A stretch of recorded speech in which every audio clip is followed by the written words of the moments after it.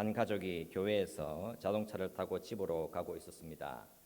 그런데 그 자동차 안에 있던 아이들이 창문을 열고 장난을 치다가 그만 경찰에 잡혔다고 합니다. 그리고 경찰은 벌금 티켓을 주었습니다. 그 경찰이 벌금 티켓을 준 이유는 자동차 안에 있던 그 아이들이 안전벨트를 착용하지 않았다라는 이유에서였습니다.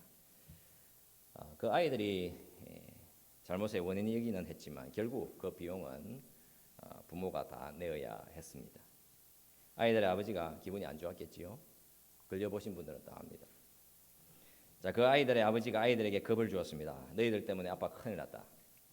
이 티켓값이 정말 비싸다라고 했습니다. 이렇게 집으로 갔는데 그 집의 둘째 아이가 아빠 곁으로 오더니 그 아빠 곁에다 슬그머니 뭘 놓고 갔습니다. 아빠가 그걸 확인해 보니까 그 둘째 아이가 모아둔 돈이었다고 합니다.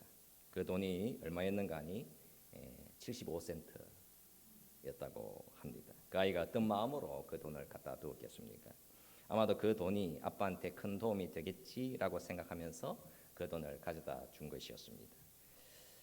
아이가 참 기특하기는 한 것 같은데 그러나 잘 보면 그 돈은 문제 해결에 도움이 되지 않았습니다. 자, 여러분, 그렇다면 하나님께서는 우리를 보시면서 무엇을 기쁨으로 삼으시고 무엇을 그렇게 자랑스러워 하시겠습니까? 하나님이 우리를 향해서 우리를 위해서 너무나도 풍성한 잔치를 위해서 저와 여러분들을 하나님 나라로 초대해 주셨는데 우리가 생각하기를 그래도 마이크로웨이브 돌려서 뭐라도 녹여서 가져가야 하지 않겠어요? 라고 했다면 과연 그 일이 영적으로 얼마나 무지한 일이 되겠습니까? 오히려 그 잔치 자리를 모욕할 수 있는 것이 되는 것입니다. 자, 여러분, 오늘 이 열왕기상 3장 말씀을 바르게 볼 수 있게 하는 눈을 한번 열어보았으면 합니다. 열왕기상 4장에서 보게 되면 솔로몬 왕이 그 내각이 구성이 되는 것을 볼 수가 있습니다. 솔로몬 왕국의 어떤 압도감, 어떤 장엄함을 만나게 됩니다. 솔로몬 왕의 야심찬 행정부가 공개되고 있습니다. 솔로몬 왕 곁에 체계적인 관료들이 세워집니다. 이 관료 체계는 솔로몬 왕 때에 비로소 제대로 구성이 된 것이었습니다. 왕이 있고 신하들이 있습니다. 신하들 중에는 제사장, 서기관, 사관, 군사령관, 지방관장들과 이들을 통치하는 두령, 왕의 벗, 노동청 이런 것이 세워졌습니다. 솔로몬 왕이 통치하는 나라가 어떤 모습으로 서 있는지 확인을 하는 것은 여러분 대단히 중요한 것입니다.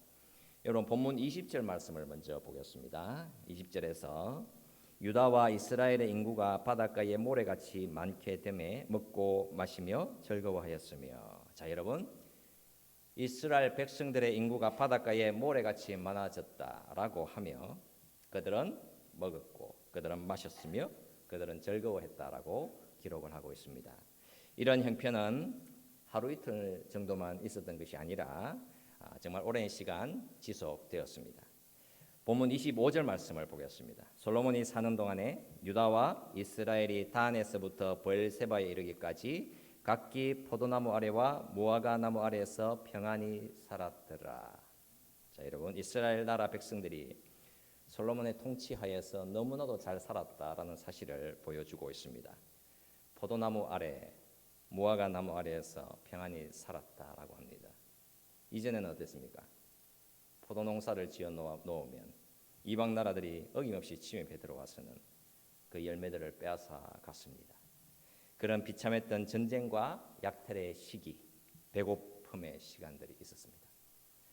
그러나 솔로몬 왕 때에는 나라가 번영했으며 잘 먹고 잘 살았다. 전쟁이 없었고 풍족하게 살았다라는 것입니다. 먹고 마시고 즐거워했더라. 각기 포도나무 아래와 무화과 나무 아래에서 평안히 살았다고 합니다. 우리는 이런 나라를 꿈꾸고 있는 것입니다. 배고픔에 대한 근심이 없이 평안히 쉬고 마시고 쉴 수 있는 나라, 평안을 언제나 누리고 사는 그런 나라를 원합니다. 많은 사람들이 다 그런 나라를 원하지 않겠습니까?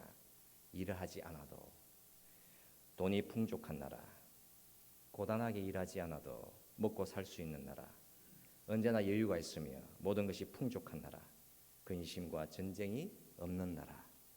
우리는 다 그런 나라를 원하고 있습니다. 짧기는 했지만 솔로몬 통치하에서 하나님 나라의 모습이 어떨까? 조금은 상상해 볼 수 있겠다. 그런 생각이 듭니다. 그렇다면 이런 나라가 여러분 어떻게 임하게 되었습니까? 하나님께서 아브라함과 다윗에게 약속했기 때문에 임하게 된 나라였습니다. 하나님이 주시기로 약속한 땅과 백성들 마침내 다윗을 통해서 성취가 되었습니다. 솔로몬이 한 일이 없었습니다. 솔로몬은 모든 것을 다 받아서 누리게 된 것이었습니다. 바로 우리의 영적인 도전이 바로 여기에서 나오게 되는 것입니다. 여러분, 그리스도인이라고 하는 것은 전적으로 하나님의 은혜로 된 것이어서 하나님의 굳건한 언약과 약속을 통해서 우리가 믿음으로 하나님의 은혜라고 하는 것을 선물로 그냥 받게 된 것이었습니다. 우리의 노력과 자기 증명을 통해서 받을 수 있는 나라가 하나님 나라가 아닙니다. 솔로몬 왕이 경험했던 풍부함과 평강의 나라, 이런 모습을 통해서 하나님 나라를 조금이나마 맛볼 수 있도록 해 주시는 것입니다. 그러나 솔로몬의 그 풍족해 보이는 나라는 하나님 나라 언약의 최종적인 종착지가 아니었습니다. 요한계시록 22장 말씀에서 우리가 마주하게 될, 그러니까 우리의 눈으로 우리의 피부로 직접 마주하고 경험하게 될 하나님 나라를 어떻게 보여주고 있겠습니까? 제가 한번 읽어보겠습니다. 또 그가 수정같이 맑은 생명수의 강을 내게 보이니 하나님과 및 어린 양의 보좌로부터 나와서 길 가운데로 흐르더라. 강 좌우에 생명나무가 있어 12가지 열매를 맺되 달마다 그 열매를 맺고 그 나무 잎사귀들은 만국을 통치하기 위하여 있더라. 다시는 저주가 없으며 하나님과 그 어린 양의 보좌가 그 가운데에 있으리니 그의 종들이 그를 섬길 것이며 그의 얼굴을 볼 터이요 그의 이름도 그들의 이마에 있으리라. 다시 밤이 없겠고 등불과 햇빛이 쓸데없으리니 이는 주 하나님이 그들에게 비추심이라. 그들이 세세토록 왕 노릇하리로다. 여러분, 바로 이 나라가 우리가 마주하게 될 하나님 나라입니다. 영원하신 왕이 있고 그 영원하신 왕이 통치하시고 이제 그의 백성들은 영원한 평강과 안식을 누리는 나라입니다. 생명나무가 있고 이제는 더 이상 저주가 없으며 주의 모든 백성들 전부가 영원토록 왕 노릇하는 나라다라고 말씀을 하고 있습니다. 솔로몬과 이스라엘이 경험했던 그 일시적인 안식과 평강은 하나님 나라를 조금이나마 맛볼 수 있도록 해주는 것입니다. 솔로몬이 무슨 일을 했습니까? 하나님이 아브라함에게 약속해 주신 언약을 다윗을 통해서 이루게 해 주셨고 마침내 그 평강을 솔로몬이 받아서 누리게 되었습니다. 이렇게 솔로몬이 그냥 받아서 누리게 된 영광은 예수 그리스도를 통해서 임하게 되는 하나님 나라가 어떠한 것인지를 조금만 보여주고 그것을 가르쳐주고 사라져가게 됩니다. 그렇다면 이 본문이 담아내고 있는 세상 나라의 현실이 어떠한지를 한번 확인을 좀 해보았으면 합니다. 이 세상에서의 삶이란 언제나 고요한 절망이 잠재되어서 흘러가고 있습니다. 죄가 그 발톱을 숨기고 있을 뿐이지요. 그러니까 솔로몬 왕국의 풍요 뒤에는 너무나도 위험한 힘이 언제나 자리를 잡고 있는 것입니다. 그렇게 풍요로워 보이는 나라 속에는 분명히 누군가의 희생이 있을 수밖에는 없습니다. 열왕기상 4장을 보면 여러분 7절 말씀부터 19절 말씀까지는 솔로몬 왕이 이스라엘의 12명의 지방 장관들을 세우는 것을 볼 수 있습니다. 이 지방 장관들은 아주 막강한 권력을 가진 사람들인데 이들이 무슨 일을 하는 사람들입니까? 본문 7절 말씀에서 보시게 되면 솔로몬이 또 온 이스라엘에게 12지방 관장을 두매 그 사람들이 왕과 왕실을 위하여 양식을 공급하되 각기 1년에 한 달씩 양식을 공급하였으니라고 합니다. 즉 이 지방 장관들은 오늘날로 말을 하자면 국세청 최고 관료라고 할 수 있습니다. 세금을 거두어 들이는 사람들입니다. 솔로몬 왕국의 그 국세청이 여러분 어디에 있습니까? 바로 예루살렘에 있습니다. 이 국세청에서 이스라엘의 지방을 12개로 나누어서 왕과 왕실에 풍족한 양식을 공급하게 만들었습니다. 여러분 이들은 무슨 일을 해야 했겠습니까? 본문 22절 말씀에서 보시지요. 솔로몬의 하루의 음식물은 가는 밀가루가 30고로요 굵은 밀가루가 60고로요 살찐 소가 10마리요 초장의 소가 20마리요 양이 100마리이며 그 외에 수사슴과 노루와 암사슴과 살찐 새들이었더라. 여러분 이 엄청난 음식물을 솔로몬이 다 혼자 먹은 것은 아니겠지요? 설마 그의 가족들과 관료들이 먹게 된 하루 음식물이었습니다. 이스라엘 땅을 12개로 나누어서 그 12지방에서 1년에 한 달씩 양식을 공급해야 했습니다. 이들이 향해야 했던 목적지는 바로 유다의 예루살렘이었습니다. 그런데 한 가지 특이한 사실이 있습니다. 열왕기상 4장 말씀에서 여러분 7절 말씀부터 19절에 나오는 지방 장관들을 이스라엘이라는 나라의 지도자들을 놓고 하나씩 배치를 해 보시게 되면 한 가지 특이한 사실이 숨겨 있습니다. 12개의 지방 관장에서 유다 지파는 빠져 있다라는 사실입니다. 12개 지방 관장은 솔로몬 행정부를 위해서 세금을 거두어 들였는데 유다 지파는 숨어 있습니다. 즉 유다 지파는 세금을 내지 않았다라는 것입니다. 그들은 면세되었습니다. 그 이유는 유다 지파, 특히 예루살렘에는 솔로몬 왕과 왕의 장관들, 왕의 가족들, 왕의 족벌들이 살고 있었기 때문입니다. 이 장면은 정말 위태로운 장면인 것입니다. 왕과 그의 가족들이 잘 먹고 잘 살 수 있게 만들기 위해서 누군가는 반드시 희생을 해야 했습니다. 즉 유다 지파 사람들은 특권을 누렸던 것입니다. 솔로몬 왕국이 붕괴되었던 중요한 원인은 바로 과도한 노동력 착취였습니다. 솔로몬 왕의 아들 르호보암이 왕이 되었을 때에 이스라엘 백성들이 그에게 가서 하소연을 했습니다. 왕의 아버지 솔로몬이 우리의 멍에를 무겁게 하였으나 왕은 이제 왕의 아버지가 우리에게 시킨 고역과 매운 무거운 멍에를 가볍게 해 주소서라고 간청을 했습니다. 즉 지상의 나라 솔로몬 왕국은 이미 그 안에 파멸의 씨앗을 가지고 있었던 것입니다. 과도함과 자기 몰두에 빠져서 헤어나올 수가 없었습니다. 또 솔로몬은 나라의 국력과 국방을 위해서 어떤 일을 하게 됩니까? 본문 26절에서 말씀을 하지요. 솔로몬의 병거의 말 외양간이 4만이요 마병이 12,000명이며 그러니까 솔로몬 왕은 병거와 마병을 엄청나게 모으기 시작했습니다. 도대체 어디에서 이런 것을 배웠겠습니까? 바로 애굽이라고 하는 나라였습니다. 이 일은 하나님이 금지한 일이었습니다.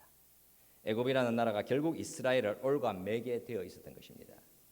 여러분, 나라의 경제가 대단히 건강하고 군사력이 막강하고 나라가 효율적으로 잘 운영되고 통치자들의 권위가 잘 인정된다. 그렇다면 그곳에 들어있는 의문점이 있는 것입니다. 도대체 누가 섬김을 받고 있으며 누가 찬송을 받게 되는가? 자, 여러분, 솔로몬 왕국의 흥망성쇠는 솔로몬의 부와 효율성, 힘과 마병, 솔로몬의 권력과 지혜에서 생겨나는 것이 아니었습니다. 왕의 욕심과 탐욕이라고 하는 것은 절대로 만족되지 않는 것입니다. 여러분, 이 땅에서 경험하게 되는 표면적인 평강이 절대로 올바른 평강이 아닙니다. 이 땅에서의 부가 있다면 반드시 그 곁에는 누군가가 가난함으로 고통하게 되어 있는 것입니다. 우리가 이 본문에서 어떤 사실을 분명히 보아야 할까?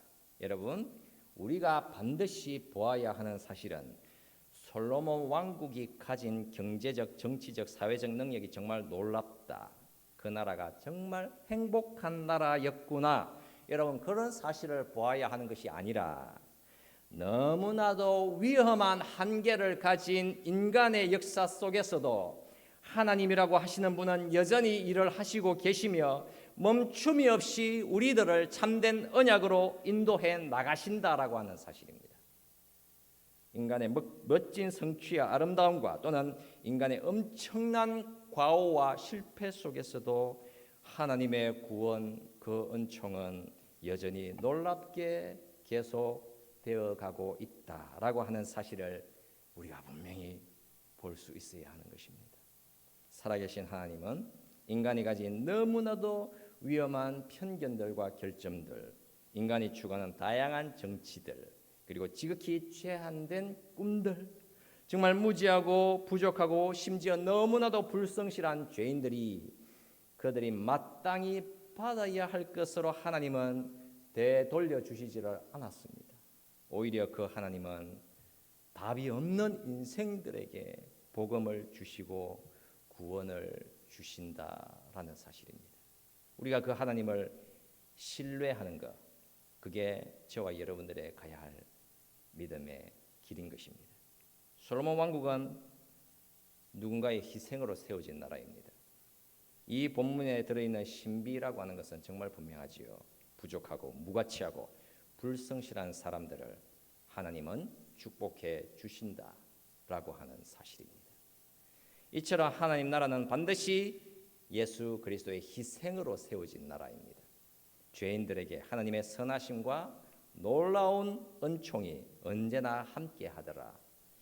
이게 하나님 나라의 신비라고 할 수 있습니다. 하나님의 굳건한 언약은 솔로몬 왕의 실패에도 여전히 유효했습니다. 여러분, 이사야 55장에서 말씀에서 보면 이해하기 어려운 말씀을 만나시게 됩니다. 오호라, 너희 모든 목마른 자들아 물로 나오라. 돈 없는 자도 오라. 너희는 와서 사 먹되 돈 없이 값 없이 와서 포도주와 젖을 사라. 여러분, 와서 사 먹으라고 했잖아요. 그런데 돈이 없이 값 없이 사 먹으라고 했습니다. 여러분, 돈이 없는데 어떻게 사서 먹을 수 있지요? 그게 가능합니까? 여러분, 내가 분명히 지불할 돈이 없는데 어떻게 사 먹을 수 있습니까? 그게 가능할 수 있기 위해서는 내가 반드시 지불해야 하는 것을 다른 누군가가 대신 지불했기 때문인 것입니다. 하나님은 이 놀라운 긍휼을 주시면서 또다시 하나님의 언약을 확신시켜 주시는 것입니다. 너희는 귀를 기울이고 내게로 나아와 들으라. 그리하면 너희의 영혼이 살리라. 내가 너희를 위하여 영원한 언약을 맺으리니 곧 다윗에게 허락한 확실한 은혜니라. 자, 여러분, 하나님은 우리에게 영원한 언약을 약속해 주셨습니다. 우리가 솔로몬 왕국이 경험했던 그 희미한 영광을 바라보면서 우리가 또다시 하나님의 영광과 그분의 언약을 다시 바라보는 것입니다. 여러분, 이런 이야기를 한 가지 해봅시다. 한 그리스도인이 있었습니다. 이 사람이 콜로라도에서 열린 기독교 수련회에 갔습니다. 그곳에서 이 그리스도인이 바바라 보이드라고 하는 사람이 전하는 말씀을 들었습니다.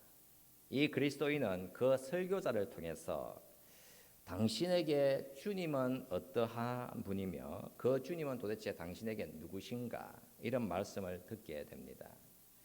그 설교자가 이런 말씀을 전했습니다.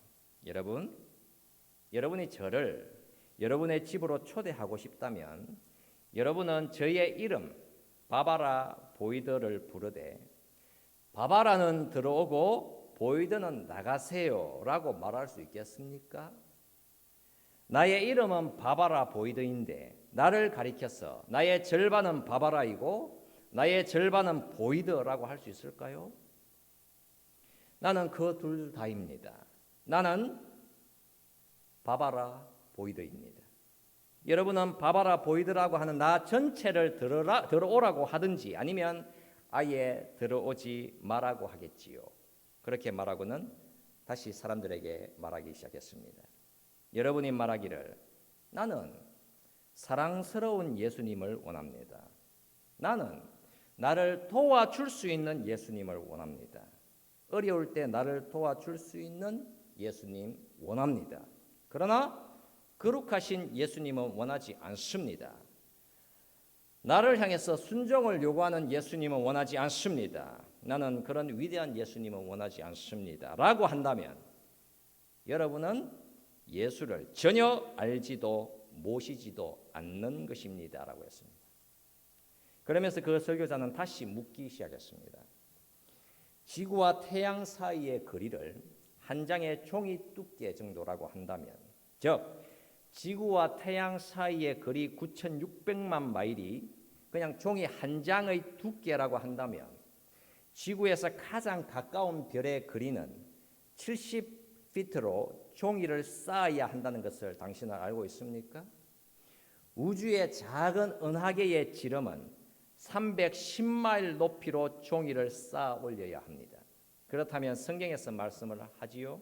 히브리서 1장에서 예수 그는 하나님의 영광의 광채이시요 그의 능력의 말씀으로 우주를 붙드신다고 예수 그리스도가 그의 새끼 손가락으로 온 우주 만물을 붙드십니다.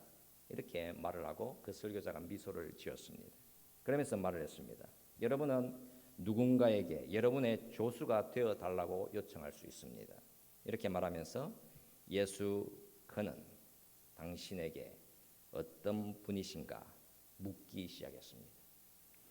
자, 여러분 그 설교자의 도전이 그 수련회에 참석했던 그 그리스도인의 마음을 뒤흔들어 놓게 되었습니다. 우리도 여러분 동일한 질문 앞에 서게 되는 것입니다. 하나님이 솔로몬 왕에게 아브라함의 언약, 다윗의 언약을 선물로 주셨습니다. 솔로몬은 그 언약의 권능을 누리고 있습니다. 물론 그 하나님의 궁극적인 언약, 십자가의 언약을 충분히 알지는 못했지만 말입니다. 그렇다면 우리는 어떠합니까? 예수님, 내가 문제가 좀 있습니다. 내가 지금 누군가 헤어졌습니다. 예수님, 내 자존심에 문제가 생겼습니다. 예수님, 내 인간관계에 문제가 생겼습니다. 예수님, 재정적인 문제가 생겼습니다. 예수님, 내 인생에 이런 문제가 있으니 이런 것 조금만 좀 도와주세요. 우리는 언제나 이렇게 접근을 하더라는 사실입니다. 여러분, 우리는 어떻게 그 주님께 다가서며 살고 있으신지요? 내가 무언가 필요합니다. 내가 어느 정도 무엇을 해야 하는지 알고는 있기는 하지만 거기에 조금만 도움 좀 보태어 주시면 안 되겠습니까? 여러분, 인생이 언제나 그런 방향, 그런 생각으로 예수라는 분을 대하며 살아가고 있더라는 것입니다. 내 인생에 조금의 도움을 줄 수 있는 조수, 딱 거기까지 주님을 대하며 살더라는 것입니다.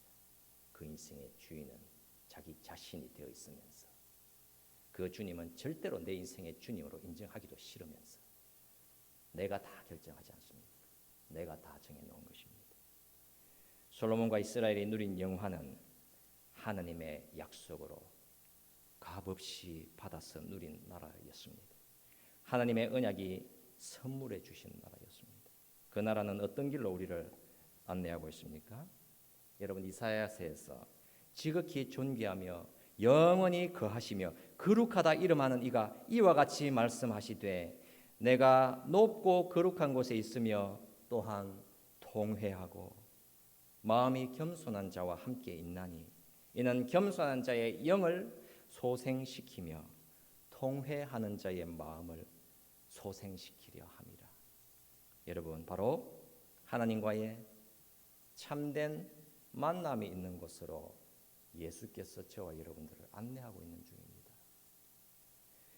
25절 말씀에서 솔로몬 왕국의 사람들이 무화과 나무 아래에서 평안히 살았다고 말씀을 하잖아요. 무화과 나무 아래에서 평안히 산다? 여러분, 그게 도대체 무엇입니까?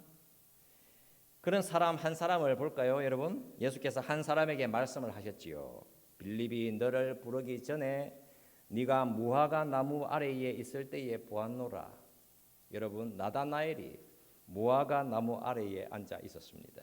무화과 나무 아래에서 나다나엘은 무엇을 그렇게 기다렸겠습니까? 솔로몬 왕을 통해서 경험하게 된 그 평강의 나라처럼 메시아가 제발 좀 오셔서 로마의 종살이에서 우리를 해방시켜서 참 평강을 누리는 그 나라를 기다린 것이었습니다. 그러니까 그는 무화과 나무 아래에서 메시아의 은총을 기다린 것이었습니다. 우리의 모든 행동과 생각의 뿌리가 있는 바로 그곳, 우리의 영혼이 회복이 되는 나라인 것입니다. 그래서 회심이라고 하는 것은 그냥 우리의 어떤 행동을 조금 정도 고쳐가는 정도가 아닌 것입니다. 마침내 우리 인생의 주인님을 만나게 되는 사건, 여러분, 그것이 회심인 것이지요. 회심이라고 하는 것은 여러분 주권 전쟁인 것입니다.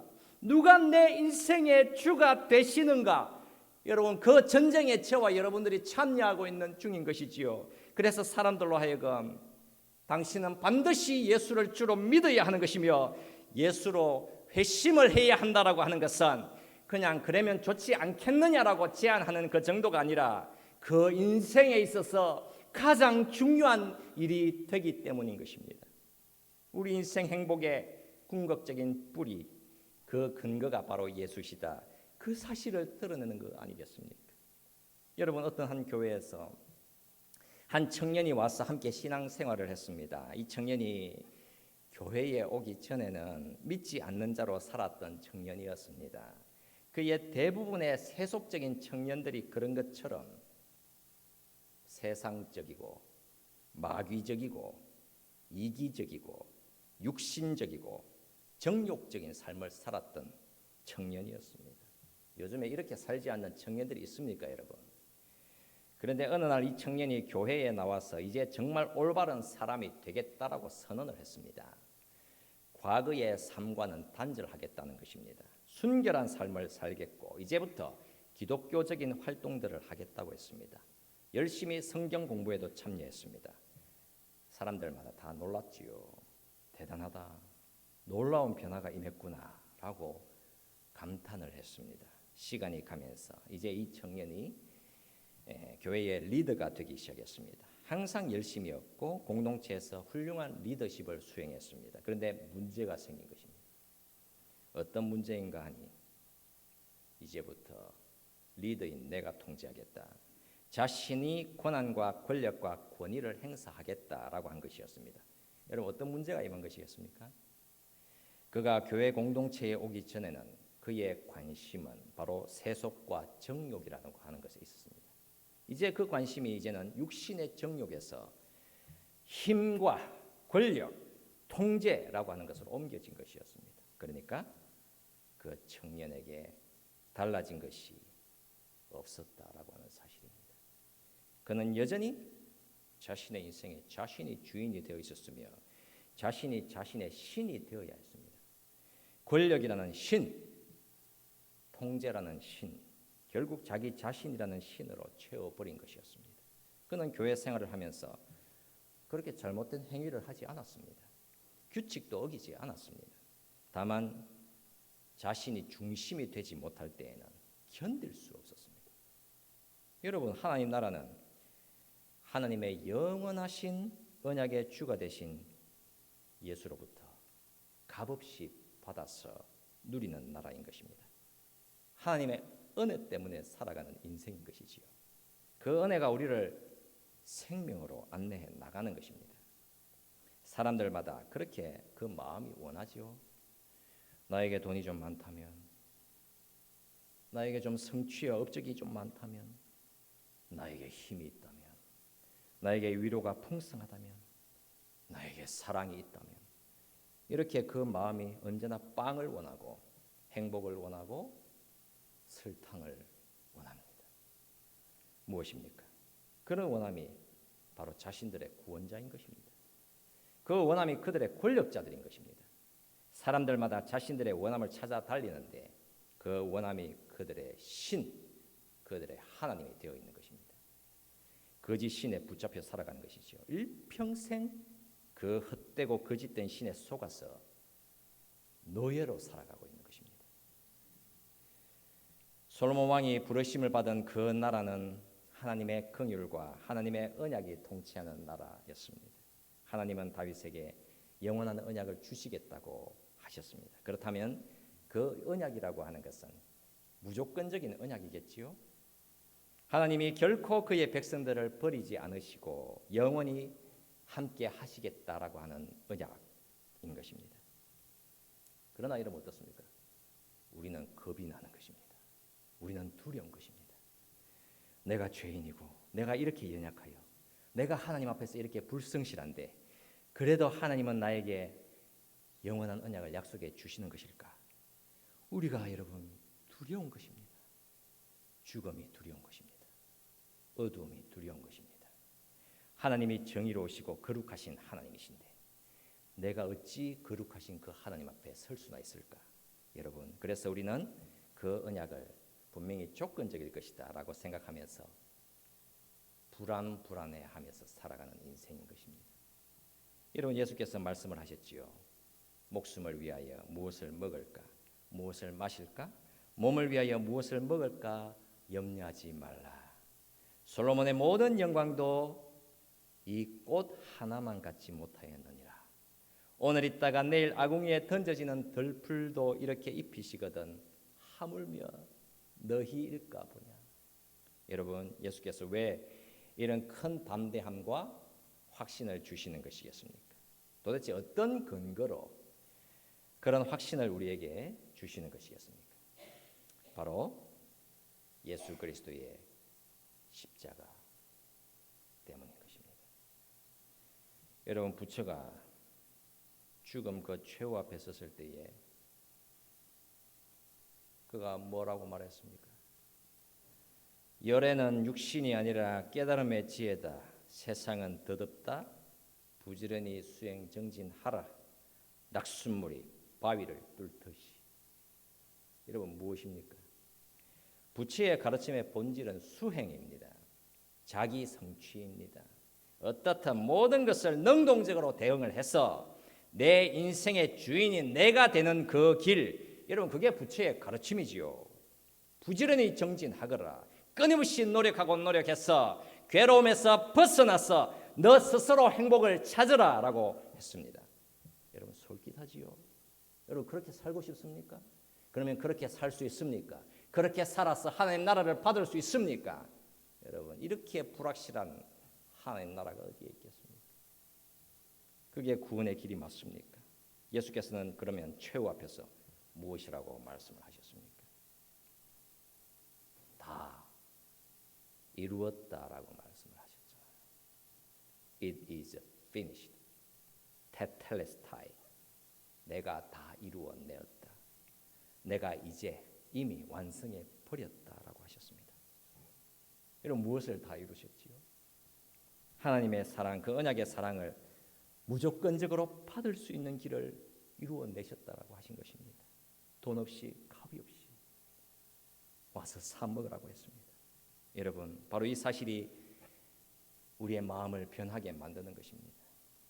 하나님 나라는 여러분 값없이 받아서 누리는 나라인 것입니다. 예수 그리스도의 은혜를 겸손히 믿음으로 받는 자들 모두가 다 하나님의 나라의 그 은총을 받는 것입니다. 그리스도인이란 여러분 좀 더 나은 교리, 좀 더 나은 인생을 살아가는 사람들이 아닌 것이지요. 그리스도인들은 오직 예수 그리스도의 십자가 은총을 그냥 믿음으로 받아서 오직 하나님의 은혜를 의지하면서 사는 사람들인 것입니다. 이 놀라운 복음의 영광이 주를 사랑하는 우리 모든 성도님들 위해 충만하실 수 있기를 우리 주 예수 그리스도 이름으로 축원합니다. 아멘. 같이 기도합시다. 살아계신 하나님 아버지 감사합니다. 하나님 나라는 우리 주 예수 그리스도의 그 영원하신 십자가의 언약으로 이미 완성해 주셨으며 주님께서 이미 완료해 주셨습니다. 이미 하나님의 마음은 우리를 이미 그 나라에 들어 앉히셨습니다. 하나님, 우리가 그 은혜를 믿음으로 받을 수 있기를 원합니다. 내 인생의 주인이 누구입니까? 나는 예수를 어떻게 대우하며 살아가고 있습니까? 하나님, 우리가 그 하나님을 우리의 조수가 아니라 나의 영원하신 주님으로, 나의 살아계신 하나님으로 모시고 살아가게 하여 주옵소서. 하나님, 주님의 인자하심 앞에 예배드리러 나올 때에 우리의 심령의 고백과 눈물과 헌신과 물질과 시간과 삶의 기도의 제목들과 연약한 것들까지 다 하나님 앞에 들고 나왔습니다. 우리의 좋은 것만 보시는 것이 아니라 우리의 연약하고 우리의 부족한 것까지도 우리 하나님 다 받아주시고 우리를 긍휼히 여기시는 하나님이신 것을 우리가 고백하며 그 하나님을 찬송하고 즐거워하며 이 땅을 살아가게 하여 주시옵소서. 사랑하는 성도들의 삶을 주께서 붙들어 주시고 그 모든 필요들을 다 채워 주시옵소서. 하나님께 예배하는 그 기쁨이 우리 안에서 샘솟듯이 용솟음치게 하여 주시옵소서. 예수 그리스도의 이름으로 축복하오며 기도드립니다. 아멘.